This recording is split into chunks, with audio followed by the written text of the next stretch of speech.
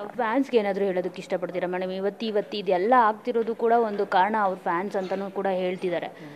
ಅಂದರೆ ಜಡ್ಜು ಇವತ್ತು ಈ ನಿರ್ಧಾರ ತಗೊಳ್ಳೋದಕ್ಕೆ ಅವ್ರ ಫ್ಯಾನ್ಸ್ ಸಾಮಾಜಿಕ ತಾಣದಲ್ಲಿ ಬೇರೆಯವ್ರನ್ನ ಬೈಯೋದು, ದರ್ಶನ್ ಅವ್ರಿಗೆ ಸಪೋರ್ಟ್ ಮಾಡೋದು, ಇದು ಒಂದು ಕಾರಣ ಕೂಡ ಅಂತ ಹೇಳ್ತಿದ್ದಾರೆ. ಅದನ್ನೇ ನಾನು ಆವಾಗಲೇ ಹೇಳಿದ್ನಲ್ಲ, ದರ್ಶನ್ ಅವ್ರ ಬಗ್ಗೆ, ದರ್ಶನ್ನ ಒಂದು ಹೀರೋ ಆಗಿ ನೋಡಿ, ಸಿನಿಮಾ ಥರ ನೋಡಿ. ದಯವಿಟ್ಟು ದರ್ಶನ್ ವೈಯಕ್ತಿಕ ಜೀವನದಲ್ಲಾಗಲಿ, ಸಿನಿಮಾ ಮಾಡಿರೋ ಅಂಥದ್ದಾಗಲಿ ಅದನ್ನು ನಿಮ್ಮ ವೈಯಕ್ತಿಕ ಜೀವನದಲ್ಲಿ ತಗೊಂಡು ನಿಮ್ಮ ಜೀವನಗಳನ್ನ ಹಾಳು ಮಾಡ್ಕೋಬೇಡಿ.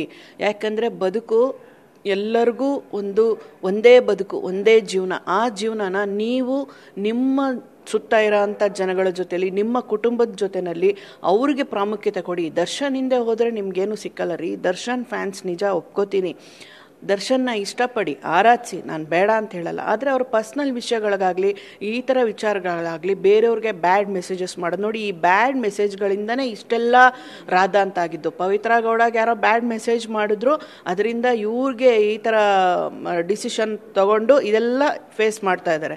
ಅದಕ್ಕೆ ಬ್ಯಾಡ್ ಮೆಸೇಜ್ ಮಾಡಬೇಡಿ. ನಿಮ್ಗೆ ಇಷ್ಟ ಆಯಿತಾ ಒಳ್ಳೆ ಮೆಸೇಜ್ ಮಾಡಿ, ಇಷ್ಟ ಆಗಲಿಲ್ವಾ ಸುಮ್ಮನಿದ್ಬಿಡಿ. ಅದನ್ನು ಬಿಟ್ಬಿಟ್ಟು ಈ ಥರ ಬ್ಯಾಡ್ ಮೆಸೇಜ್ಗಳು ಮಾಡೋದು ತುಂಬ ತಪ್ಪು. ಇವಾಗ ನೋಡಿ, ರಮ್ಯಾ ಅವ್ರು ಸಹ ಮಾತಾಡಿದ್ದಾರೆ ಇದ್ರ ಬಗ್ಗೆ. ತುಂಬ ಹೆಮ್ಮೆ ಅನ್ನಿಸ್ತು ನನಗೆ. ಬಿಕಾಸ್ ದರ್ಶನ್ ವೈಯಕ್ತಿಕವಾಗಿ ಒಳ್ಳೆಯವರೇ ಆಗಿದ್ದರು. ಅವ್ರ ಸುತ್ತ ಇರೋ ಜನದಿಂದ, ಕೆಲವೊಬ್ಬರಿಂದ ಈ ಥರ ಒಂದು ಡಿಸಿಷನ್ನ ತಗೊಳ್ಳೋ ಅಂಥ ಪರಿಸ್ಥಿತಿ ಬಂದಿದೆ. ಹಾಗಂತ ದರ್ಶನ್ ತಪ್ಪು ಮಾಡಿದ್ರೂ ನಾವು ಸಪೋರ್ಟ್ ಮಾಡ್ತೀವಿ ಅನ್ನೋದು ಎಷ್ಟು ಮಟ್ಟಿಗೆ ಸರಿ? ನಿಮಗೆ ಸರಿ ಅನಿಸುತ್ತಾ? ಇವಾಗ ನಿಮಗೆ ಯಾರು ಜೈಲಿಗೆ ಹೋದರೆ ನಿಮ್ಮ ಜೊತೆ ಯಾರು ಬರ್ತಾರೆ? ದರ್ಶನ್ ಬರ್ತಾರಾ? ಅವ್ರ ಫ್ಯಾಮಿಲಿ ಬರ್ತಾರಾ? ಯಾರು ಬರ್ತಾರೆ? ನಿಮ್ಮ ಫ್ಯಾಮಿಲಿ ಬರುತ್ತೆ. ನಿಮ್ಮ ಫ್ಯಾಮಿಲಿ ಜೊತೆಗೆ ನೀವು ಹೀರೋ ಆಗಿ ಬದುಕಿ, ನಿಮ್ಮ ಜೊತೆಗೆ ನಿಮ್ಮ ಹೆಂಡತಿ, ನಿಮ್ಮ ಅಕ್ಕ ತಂಗಿರು, ನಿಮ್ಮ ಅಪ್ಪ ಅಮ್ಮ, ನಿಮ್ಮ ಮಕ್ಳಿಗೆ ನೀವು ಹೀರೋ ಆಗಿರಬೇಕು. ಅದನ್ನು ಬಿಟ್ಬಿಟ್ಟು ಈ ಥರ ಬ್ಯಾಡ್ ಮೆಸೇಜ್ ದಯವಿಟ್ಟು ಮಾಡಬೇಡಿ.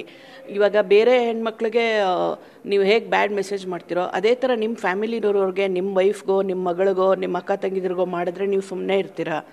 ಇದೆಲ್ಲ ಕ್ರಿಯೇಟ್ ಮಾಡೋದೇ ಎಲ್ಲರ ಮನಸ್ಸಿನಲ್ಲೂ ಈ ಥರ ಅಂದ್ಕೊಂಡು ಹೆಣ್ಮಕ್ಳ ಬಗ್ಗೆ ಬ್ಯಾಡ್ ಮೆಸೇಜ್ನ ಸ್ಟಾಪ್ ಮಾಡಬೇಕು. ನಾವು ಮಾಡಬಾರ್ದು. ನಮಗಿಷ್ಟ ಆಯಿತಾ ಒಳ್ಳೇದು ಹೇಳೋಣ, ಇಲ್ವಾ ಬಿಟ್ಬಿಡೋಣ ಅಂದರೆ ಎಷ್ಟೋ ನಮ್ಮ ಈ ಒಂದು ಪ್ರಾಬ್ಲಮ್ಸು ಸಾಲ್ವ್ ಆಗುತ್ತೆ. ದಯವಿಟ್ಟು ನಾನು ನಿಮ್ಮ ಹತ್ರ ಅದನ್ನೇ ಕೇಳ್ಕೊತೀನಿ, ದಯವಿಟ್ಟು ಯಾರಿಗೂ ಬ್ಯಾಡ್ ಮೆಸೇಜಸ್ ಮಾಡಬೇಡಿ.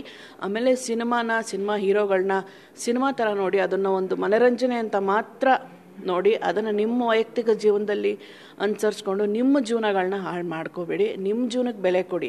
ನೀವು ಯಾವತ್ತಿರ್ತೀರಾ, ನಿಮ್ಗೆ ಯಾವತ್ತು ಹೋಗ್ತೀರಾ ಅನ್ನೋದೇ ನಿಮಗೆ ಗೊತ್ತಿರಲ್ಲ ಅಲ್ವಾ? ನಿಮ್ಮ ಜೀವನನ, ಪ್ರತಿಯೊಂದು ದಿನನ ನೀವು ಜೀವನನ ಸೆಲೆಬ್ರೇಟ್ ಮಾಡಿ. ಅದನ್ನು ಕಲ್ತ್ಕೊಂಡು ನಿಮ್ಮ ಜೀವನದಲ್ಲಿ ನೀವು ಖುಷಿಯಾಗಿರಿ ಅಂತ ನಾನು ಆಶಿಸ್ತೀನಿ.